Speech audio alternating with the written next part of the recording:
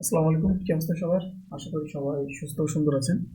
আজকের সেশনে সবাইকে স্বাগতম। আজকে আমরা শিখব zero is even or odd number. আসলে জিরো জোড় সংখ্যা না বিজোড় সংখ্যা। আমরা ছোটবেলা থেকেই দেখে আসছি যে নাম্বার 1, 3, 5, 7 এই সংখ্যাগুলোকে আমরা বলে আসছি যে বিজোড় সংখ্যা,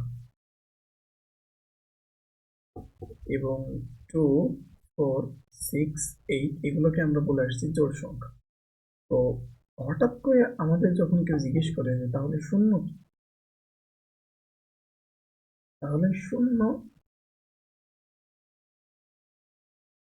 কি হবে, তখন আসলে আমাদের একটু দ্বিধাদ্বন্দ্ব পড়তেই হয়, তাই না? ওই দ্বিধাদ্বন্দ্ব দূর করার জন্য আজকের সেশন। তো আমি ক্লাস শুরু করার আগে শ্রদ্ধাভরে স্মরণ করছি ভারতীয় গণিতবিদ ব্রহ্মগুপ্তের কথা, যিনি শূন্যের আবিষ্কারক। তিনি 700 খ্রিস্টাব্দের দিকে শূন্যের ব্যবহারের নিয়মাবলী প্রতিষ্ঠাতা করেন এবং গণিতের ক্ষেত্রে শূন্যকে অন্তর্ভুক্তি করেন। পরবর্তীতে ইসলামী বিশ্বের মধ্য দিয়ে ইউরোপে ছড়িয়ে পড়ে এবং আজ পর্যন্ত আমরা শূন্যের ব্যবহার করে আসছি। তো আমরা শূন্য ইভেন অর অড নাম্বার এই জিনিসটা আমরা এই যে এখানে আমরা যে পয়েন্টগুলো দেখতে পাচ্ছি, একটা হচ্ছে সংখ্যা রেখা ভাগশেষ -1 টু দি পাওয়ার n সমান 1, n+1 সমান বিজোড় সংখ্যা, যেখানে n জোড় সংখ্যা। এই চারটা ভিত্তি করে আমরা সাধারণত আমরা একটা সিদ্ধান্ত পৌঁছাবো যে শূন্য জোড় সংখ্যা অথবা বিজোড় সংখ্যা। তাহলে আমরা আমাদের প্রথম যে পদ্ধতি আছে সেই পদ্ধতিটা নিয়ে আমরা আগে। প্রথম পদ্ধতিটি হচ্ছে সরলরেখার সাহায্যে, সংখ্যা রেখার সাহায্যে।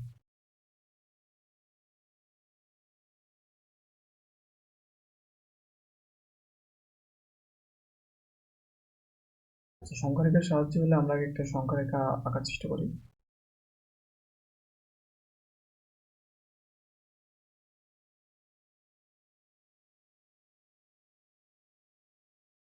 একটা লেটস সে এটা একটা সংখ্যা রেখা এবং এটা স্টার্ট হচ্ছে 0 থেকে।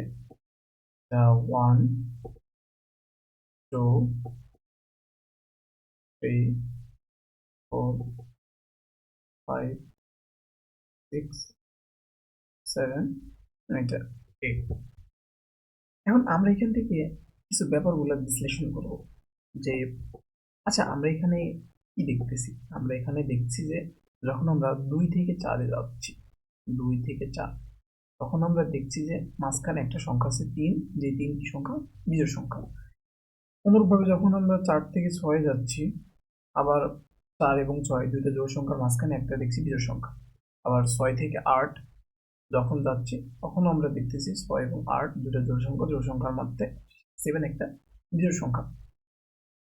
তো তাহলে আমরা যদি একটু ব্যাকের দিকে ফিরে আসি, আমরা যদি এইটি একটু দেখি যে এখানে আমরা যখন 0 থেকে 2-তে আসবো, তো অনুরূপভাবে এদের মাঝখানে কি পড়ে? মাঝখানে পড়ে হচ্ছে 1। যে 1 কি সংখ্যা? 1 হচ্ছে বিজোড়। 1 হচ্ছে বিজোড়।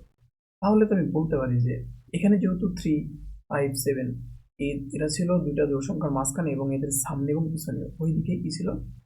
একটা জোড় সংখ্যা ছিল। তাহলে আমি বলতে পারি 1 এর পেছনে এবং সামনে অর্থাৎ 2, এখানে আমাদের যে আমরা পাচ্ছি যে 2 অ্যান্ড 0, দুইটা কি দুইটাই এই সিকোয়েন্স যদি মানে অবশ্যই, তাহলে শূন্য কি একটা হচ্ছে, শূন্য একটা জোড় সংখ্যা হচ্ছে, তাই না? শূন্য কিন্তু একটা জোড় সংখ্যা আছে। তাহলে আমরা কিন্তু সংখ্যা রেখার সাহায্যে প্রমাণ করে ফেলছি যে হ্যাঁ, শূন্য একটা জোড় সংখ্যা। আচ্ছা, এবার আমরা দ্বিতীয় পদ্ধতিতে ফলো করবো, সেটা হচ্ছে ভাগশেষের সাহায্যে। ঠিক আছে? ঠিক আছে। তো ভাগশেষের সাহায্যে বলতে কি বোঝায়? আসলে আমরা সবাই জানি যে যদি জোড় সংখ্যাকে আমরা ভাগ করি, যদি কোনো জোড় সংখ্যাকে আমরা 2 দ্বারা ভাগ করি,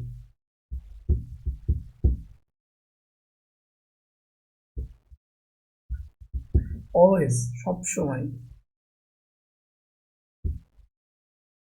ভাগশেষ কত আসে আমাদের বলতো? ভাগশেষ আসে হচ্ছে শূন্য। ঠিক আছে? শূন্য। যেমন আমরা একটা উদাহরণ দিই, যে আমরা ধরলাম আমরা হচ্ছে 16, 16কে হচ্ছে 2 দ্বারা ভাগ করবো। 8 দুগুণে 16, আমাদের ভাগশেষ কত থেকে 0। আরেকটা নিই, ধরলাম আমরা 80, 80কে 2 দ্বারা ভাগ করলে আমাদের কত আসে 40। তাহলে এখানে আমাদের দেখতেছে আমাদের ভাগশেষ কোনটা আসে 0। ভাগশেষ বলতে আমরা এই যে এই জিরোটাকে বোঝাচ্ছি। কোনোভাবে আমরা একটা 0কে ভাগ করে দেখি তো 2 দ্বারা,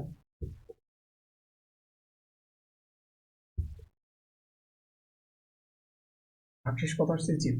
এটাকে আমরা এভাবেও লিখতে পারি, এটা হচ্ছে ছোটবেলায় আমাদের পদ্ধতি, আমরা এটাকে সুন্দর মতো করে এভাবেও লিখতে পারি যে or 0/2 = 0।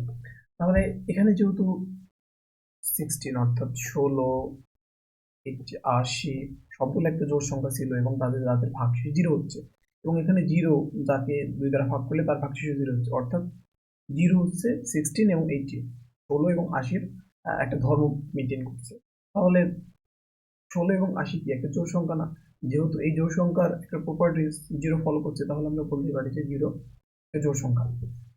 এবার আমরা যাব আমাদের তৃতীয় নম্বর, যেটা আমাদের কি ছিল, আমাদের তৃতীয় নম্বরে ছিল হচ্ছে -1/n=1। আচ্ছা, আমরা এবার এটা একটু ফলো করব। 1 এখানে ইঙ্গিত করতে হবে যে n সমান সমান কি জোড় সংখ্যা। এখন কেন আমি এটা লিখলাম, আচ্ছা এটার ব্যাখ্যা আগে। আচ্ছা দেখেন তো, -1 যদি আমরা 2 লিখি, 2 কি একটা জোড় সংখ্যা না? তার মানে কি -1 আছে দুইটা, তাহলে -1 -1 সমান সমান কত? পজিটিভ 1। দুইটা মাইনাস গুণ করলে প্লাস, আর 1 গুণ করলে 1। এবার আমরা মাথার উপর 4 দিয়ে যাবে, ঠিক আছে? -1 -1 -1 -1, তাহলে আমাদের কত আসে? 4টা মাইনাস গুণ করলে প্লাস, আর 4টা গুণ করলে 1 আসে। এরকম ভাবে অনবরত আমরা যতই জোড় সংখ্যা দিই না কেন, দেখা যাবে যে সবগুলোর মানে 1 আসে, এই জন্য আমি এটা 1 লিখছি। এখন আছে আমরা 0 দিয়ে দেখি তো এটা 1 আসে, কারণ কি? কারণ আমরা তো আগে থেকেই জানি যে x⁴n যখন হয়, x এর মান যে কোনো কিছু হোক না কেন, এই n এর মান যদি আমরা 0 বসাই, অর্থাৎ x⁴0 যদি বসাই, তাহলে মানটা কত আসে? মানটা অলওয়েজ 1 আসে। এখানে আমরা দেখতেছি 2, 4 প্লাস n যে জোড় সংখ্যাই হোক না কেন, সবকিছুর জন্য আমাদের ভ্যালুটা কত আসছে 1, এবং শূন্য যখন বসাচ্ছি তখন আমাদের ভ্যালু 1 আসছে।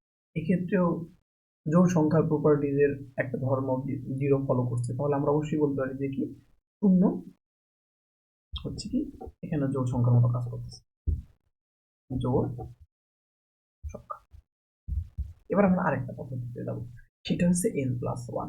তো n+1 কেন লিখেন ভাই? এখানে একটা বুঝতে হবে যে n সমান সমান কি সংখ্যা আমরা ধরে নিয়েছি? n সমান সমান ধরে নিয়েছি জোড় সংখ্যা। কেন n সমান সমান জোড় সংখ্যা, এটার ব্যাখ্যা দেন আছে সমস্যা। প্রথমে আমরা ধরলাম 6, n সমান সমান কত? n সমান সমান 6। তাহলে n+1 সমান সমান কত হবে? 6+1 সমান সমান 7। 7 কি? 7 একটা বিজোড় সংখ্যা। তার মানে আমরা যদি জোড় সংখ্যার সাথে 1 যোগ করি, তাহলে আমরা কি পাবো? অলরেডি বিজোড় সংখ্যা পাবো। এটা তো নর্মাল, কারণ 2 এর সাথে 1 যোগ করলে 3, 4 এর সাথে 1 যোগ করলে 5, সবগুলো ক্ষেত্রে আমরা এই বিজোড় সংখ্যা পাবো। এখন যদি আমরা n সমান সমান 0 বসাই, তখন কি দেখি তো? তখন আমাদের হচ্ছে 0+1। 1 কিন্তু একটা বিজোড় সংখ্যা। 1 কি 1 একটা বিজোড় সংখ্যা না? অবশ্যই 1 একটা বিজোড় সংখ্যা। তাহলে আমরা দেখতেছি যে জোড় সংখ্যা মানে এখানে n সমান সমান কি জোড় সংখ্যা, তাহলে এই জোড় সংখ্যার সাথে 1 যোগ করলে বিজোড় সংখ্যা হচ্ছে। এখানে n এর জায়গায় যদি আমরা 0 বসাই, 0 এর সাথে 1 যোগ করলে কি আমরা বিজোড় সংখ্যা পাচ্ছি। তাহলে এই ক্ষেত্রেও তো আমরা বলতে পারি যে 0 হচ্ছে কি, 0 হচ্ছে আমাদের জোড় সংখ্যা, জোড় সংখ্যা। এরকম হয়তো আরো বিভিন্ন পদ্ধতি আছে যেগুলোর মাধ্যমে আমরা প্রকাশ করতে পারি শূন্য একটা জোড় সংখ্যা। তো আপাতত আমি যেটুকু জানি সেটুকু আপনাদের জানানোর চেষ্টা করলাম। আশা করি আপনারা ব্যাপারগুলো অনেক এনজয় করেছেন।